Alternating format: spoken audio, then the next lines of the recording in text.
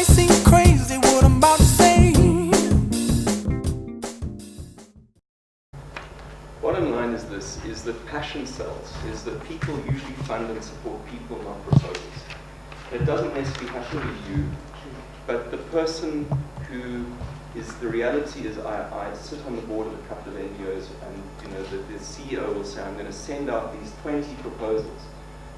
And reality is don't bother in most cases, because that's what people fund. They fund this, and then they're asking for the piece of paper.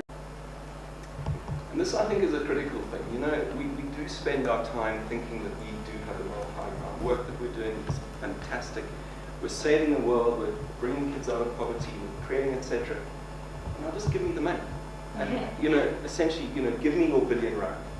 And in fact, the world doesn't work like that. The reality is that you have got to put yourself in the other person's shoes. Whether it is the donor or the company that you're approaching, you have got to seek first out to understand and then to be understood. Because everybody who gives any form of resources, be it their time, their money, their goods, need some form of feeling about why am I doing this. They need to get something back. And so it is about aligning things, and it's about being creative in how you align things. And ultimately, we are in the service industry, and our clients are the people who give us resources. We've got to be flexible. We've got to, reality is that we don't adapt our vision sometimes to the circumstances and the needs of the people that want to support us. We are not going to get anywhere in a hurry. And then, bottom line is this, I think, for all of us, and the fact that you're sitting here means that you're sort of people who don't give up.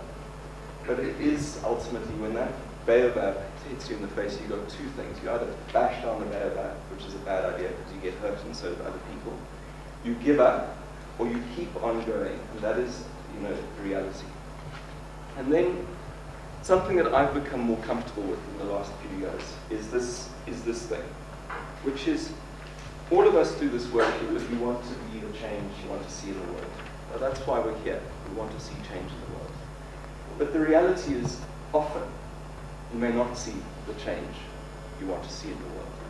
And you have those really hard moments around, what are we doing, and is it making a difference? I think we've got such a short-term view on life and on progress, etc., that we're wanting to see change in front of my eyes in this generation. Whereas so much of what we're doing is laying the building blocks for future generations. And then, finally, and it's really about this network, is that it is lonely being in the social space. And I think just listening to everybody's feedback here is that we are better together. It might seem